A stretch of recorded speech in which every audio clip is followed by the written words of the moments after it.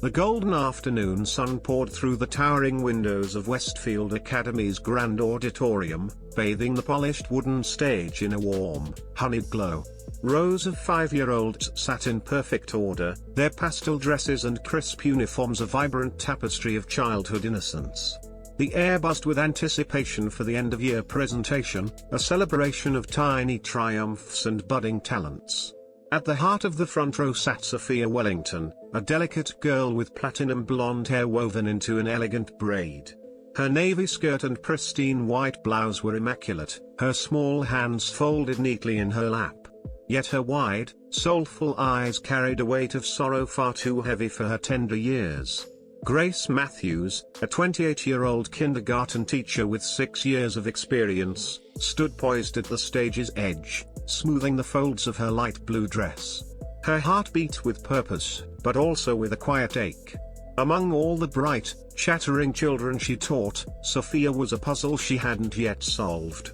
4 months into the school year, the little girl hadn't uttered a single word.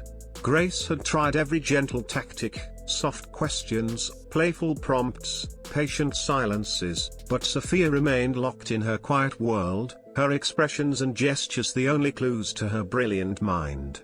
Sophia's father, Richard Wellington, was a titan in the city, his name synonymous with wealth and innovation.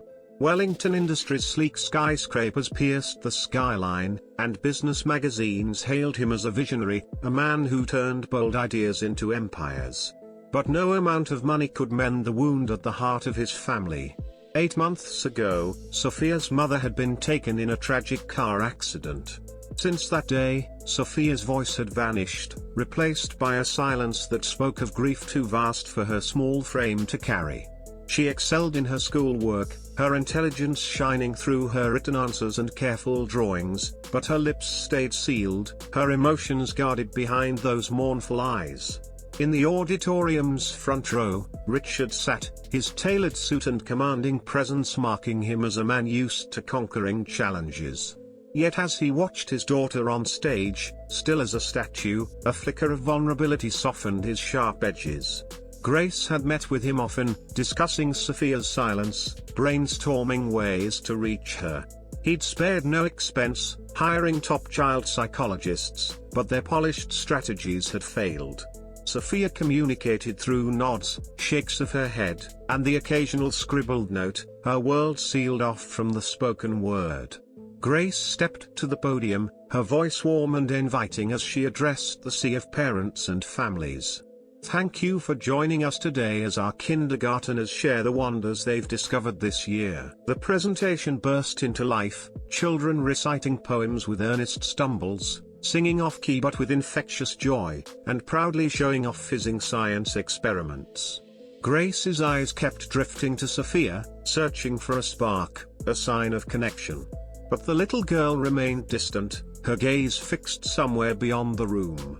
When the time came for individual presentations, each child stood to share a personal creation, a story, a drawing, a simple speech. Grace had prepared for Sophia's silence, knowing the spotlight might be too much. And now, she said softly, Sophia has something truly special to share. Instead of calling her to speak, Grace moved to an easel beside the girl, unveiling a watercolor painting that stole the breath from the room. Even among the vibrant chaos of kindergarten art, Sophia's work was extraordinary. A garden exploded with flowers in every hue, their petals vivid and alive. At its center stood a tree with golden leaves, a swing dangling from its sturdy branch. On the swing sat 2 figures, one larger, one smaller, hands clasped as they soared through a painted sky. Sophia created this breathtaking artwork, Grace said, her voice steady but warm. And she's going to share its story in her own way. Kneeling beside Sophia, she whispered, just loud enough for the microphone to catch, would you like to tell everyone about your painting? You can whisper to me, and I'll share it with them. The room held its breath. Sophia sat motionless, her eyes locked on the painting, her face unreadable. Grace's heart sank, fearing her gentle nudge had failed. Then, like a miracle unfolding, Sophia rose. She stepped toward the easel, her small hand pointing to the golden tree. Her voice, soft as a breeze but clear through the auditorium's speakers, broke the silence. "That's the special tree in our backyard. Mommy and I used to swing there every day after school." The words hung in the air, fragile and precious. The audience froze, every eye on the tiny girl who hadn't spoken in months.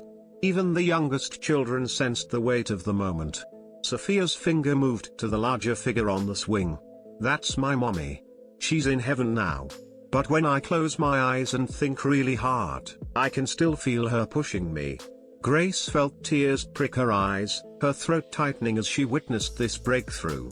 In the audience, Richard leaned forward, his polished facade crumbling as tears glistened on his cheeks.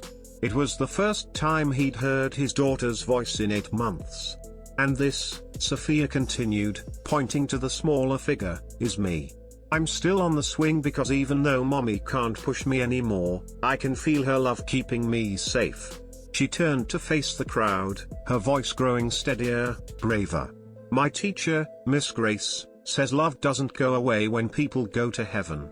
It stays in our hearts and helps us be brave. She taught me it's okay to miss mommy, to feel sad, but also to be happy and talk about the good memories." Grace knelt beside her, a silent pillar of support as Sophia's courage bloomed. "I stopped talking because I thought if I didn't say mommy was gone, maybe it wouldn't be real," Sophia said, her honesty piercing the room. "But Miss Grace helped me see that talking about mommy doesn't make her more gone. It helps me remember how much she loved me." She looked directly at her father. "Daddy, I know you miss mommy too. Miss Grace says we can be sad together and happy together, and that's okay." Richard stood, tears streaming freely down his face, his usual composure abandoned. The audience, moved by Sophia's raw vulnerability, watched in reverent silence. Grace had spent months nurturing this moment, never forcing Sophia to speak but offering endless opportunities through art, play, and quiet encouragement. She'd studied childhood grief, consulted experts, and crafted approaches that honored Sophia's brilliance while respecting her pain. She'd seen past the silence, recognizing it not as defiance but as a child's shield against unbearable loss. This breakthrough wasn't born from pressure but from trust, from showing Sophia that her feelings were valid, that speaking of her mother was a way to keep her love alive. "Miss Grace," Sophia said, turning to her teacher with newfound confidence. "Can I tell everyone something else?" Grace nodded, her smile radiant. Sophia faced the audience again, her small frame brimming with strength.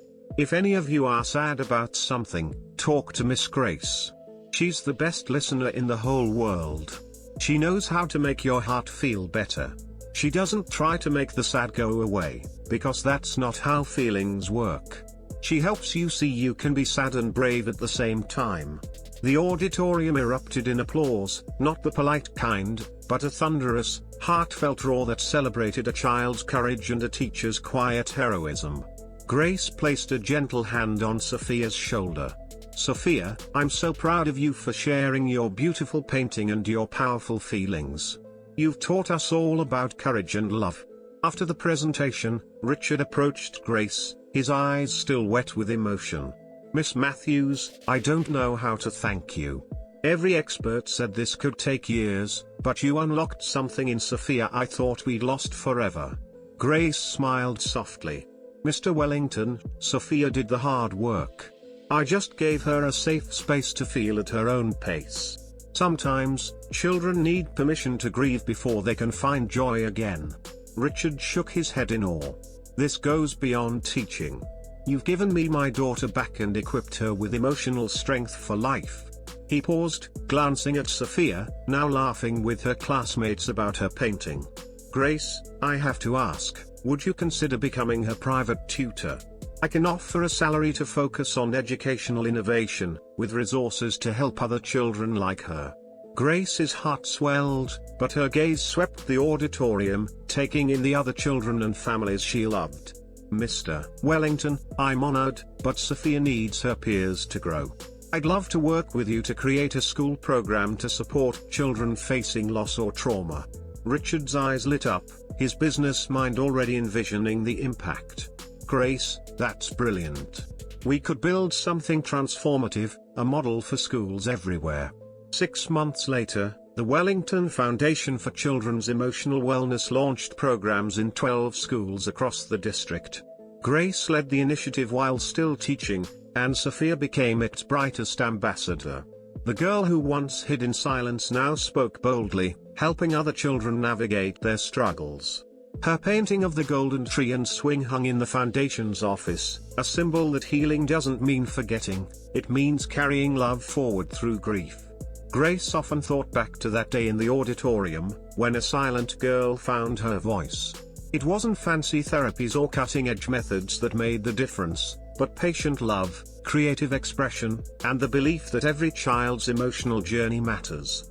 In helping Sophia, Grace discovered her own calling, to teach not just lessons from books, but the truth that feelings are valid, and every voice deserves to be heard. Thank you for joining us on Midnight Tales for this story of compassion and courage. If Sophia's journey or Grace's dedication touched you, hit that like button and share this with someone who believes in nurturing the whole child. Subscribe to Midnight Tales for more stories celebrating the educators who see beyond grades to heal hearts. In the comments, share a time when a teacher's understanding helped you or someone you know through a tough moment. At Midnight Tales, we believe the greatest lessons aren't found in textbooks, they're in the moments when we feel truly seen and heard.